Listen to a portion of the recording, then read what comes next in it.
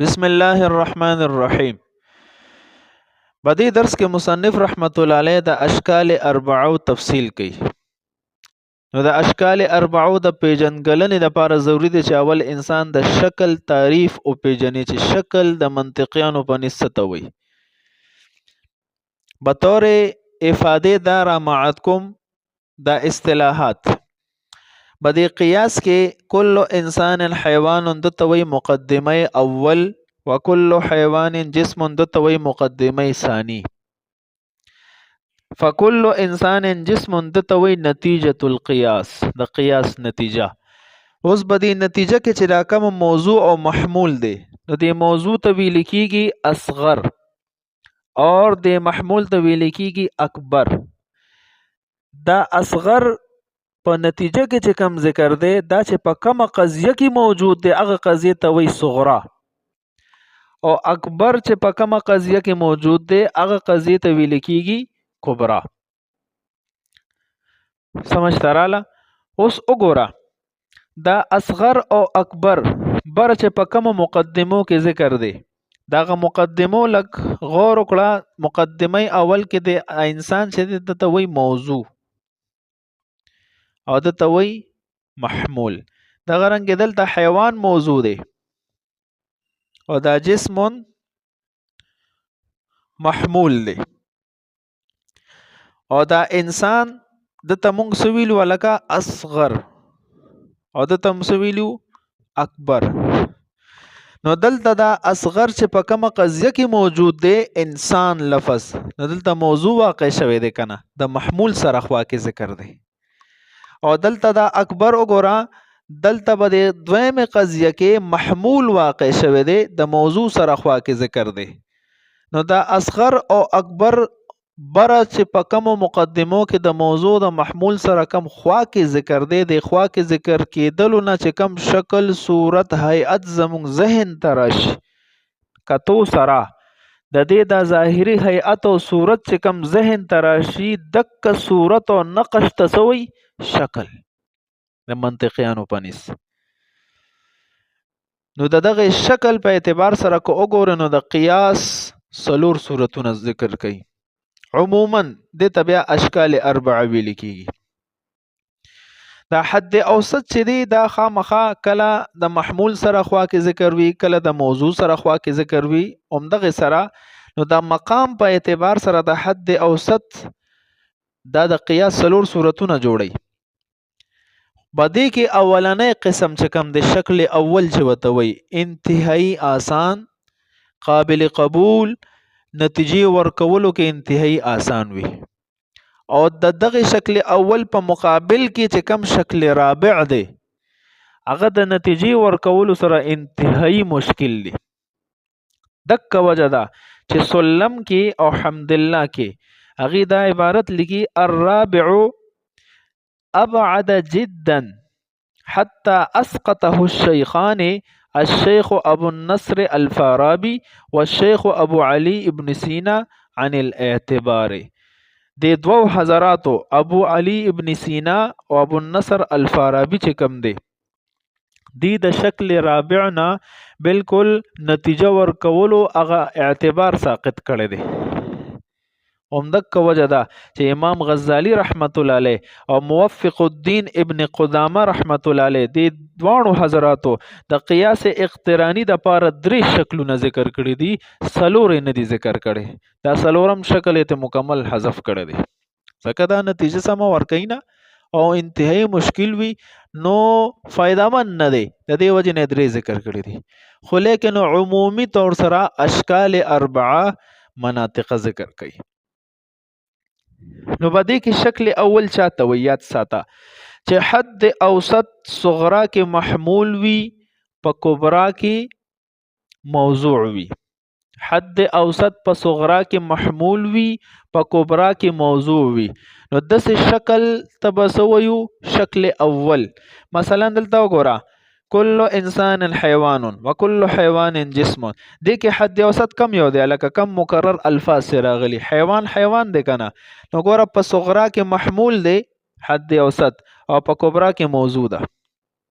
صغرا کې محمول کبرا کې موضوع نو اوس دې ټول قیاس باندې د شکل اول حکم ولګېدو او همدکې مثال دی ورسېدې دې ته وایي شکل اول.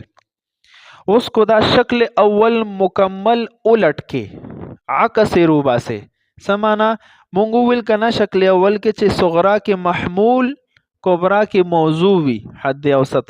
اوس کو د دې الټ کې کو حد اوسط په صغرا کې موضوع په کبرا کې محمول وي. حد اوسط صغرا کې موضوع په کبرا کې محمول وي نو بیا وته شکل رابع وي. د دې مثال داسې دی لکه کل انسان حیوان وبعض الكاتب انسان نو نتیجه سره وته بعض الحيوان کاتب. نو دلته وګوره انسان پکې سره راغلی دی حد اوسط. کل انسان حیوان دلته دا انسان موجوده په صغرا کې وبعض الكاتب انسان او دلته به د کبرا کې دا انسان محمول واقع شوی دی. نو چې په صغرا کې موضوع په کبرا کې محمول وي نو بیا ورته څه ویل لکه شکل رابع. آسانه په بنیاد میں شکل اول پسې شکل رابع ویل. او شکل ثانی څه ته وایي چې حد اوسط صغرا کبرا دواړو کې محمول وي نو شکل ثانی او کو په دواړو کې موضوع وي نو شکل ثالث. آسان شو خبره. لکه دا شکل ثانی مثال ورا کل انسان حیوان لا شیء من الحجر بحیوان. وګوره دا حیوان په دواړو کې حد اوسط رالو حد اوسط محمول واقع شوی دی. د دې وجنا لا شیء من الانسان بحجر د نتیجه رااله نو دا شکل تسوي شکل ثانی. او د شکل ثالث مثال چې صغرا او کبرا دواړو کې حد اوسط موضوع واقع شوی وي دا شکل ثالث دی. لکه کل انسان حیوان وبعض الانسان کاتب نتیجه به سره راځي بعض الحيوان کاتب. نو دلته وګوره کل انسان الحيوان انسان موضوع وبعض الانسان کاتب دلته دویم انسان هم سره غلی په دویم قضیه کې موضوع واقع شوی دی. نو حد اوسط صغرا کبرا دواړو کې موضوع وي د تبسویو شکل ثالث. د اشکال اربعو مثال جوړولو د پاره انتهایی اسانه طریقه ده.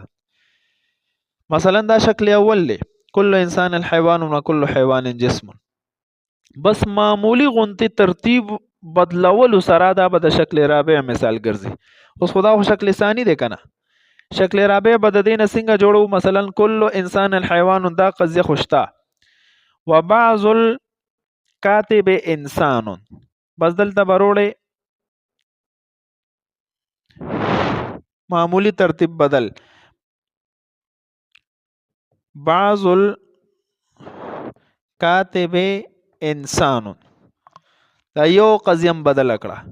نو دلته اوس وګوره انسان حد اوسط شو کنه نو صغرا کې صدا موضوع په کبرا کې محمول له نو بس بیا ته ډایرک دا شکل اول نه شکل رابع جوړ شو.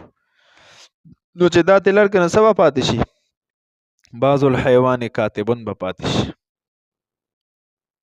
نو معمولی غونته ترتیب بدلول سره سکیږي د یو شکل نه بل شکل جوړیږي. بس د قران کریم نه ته صرف یو مثال به ما قران عظیم الشان کې الله رب العزت فرمای ومن لم يحكم بما انزل الله فاولئك هم الكافرون. یو دا آیت څوک چې په ما انزل الله قران حدیث باندې فیصله نه کوي دا کافران دي. دویم ځکه الله رب العزت فرمای ومن لم يحكم بما انزل الله فاولئك هم الظالمون. څوک چې د قران او د احادیثو مطابق فیصله نه کوي دا ظالمان دي. دریم ځکه الله رب العزت فرمای ومن لم يحكم بما انزل الله والکافرون هم الظالمون. کافران هم دک ظالمان خلق دي. ور درې آیاتونه مې درته ویل. اوس د دینه د اشکال اربعو مثالونه جوړول شي. مثلا شکل اول چې ته جوړې ځان سره نوٹ کا نو دا څه به جوړې ومن لم يحكم بما انزل الله فاولئک هم الكافرون دا صغرا، والکافرون هم الظالمون دا کبرا شو. نو صغرا او کبرا کې وګوره مونږ ویل کنه شکل اول چاته وي چې حد اوسط په صغرا کې محمول کبرا کې موضوع دي کې غور کوم دک انداز سره د قران کریم د دې آیات نه شکل اول جوړ شو. نو دا شکل اول ته داسې جوړول شي. شکل ثانی ته جوړول غواړي بیا به دسه وي ومن لم يحكم بما انزل الله فاولئك هم الظالمون دا صغرا، والکافرون هم الظالمون دا کبرا. نو دینه بالکل شکل ثانی جوړ شو. شکل ثانی چاته وي چې حد اوسط صغرا کبرا دوانو کې محمول وي. لغور پکې وکا. شکل ثالث څه جوړه ومن لم يحكم بما انزل الله فاولئك هم الظالمون صغرا شو دا، او کبرا ومن لم يحكم بما انزل الله فاولئك هم الكافرون دلته کافرون ټکی روړه دلته به شکل ثالث جوړ شي. شکل رابع ته جوړه والکافرون هم الظالمون صغرا، ومن لم يحكم بما انزل الله فاولئك هم الكافرون دا کبرا شو. نو بس معمولی غونته ترتیب بدلول سره د یو شکل نه بل شکل جوړیږي. پوه شو په لکه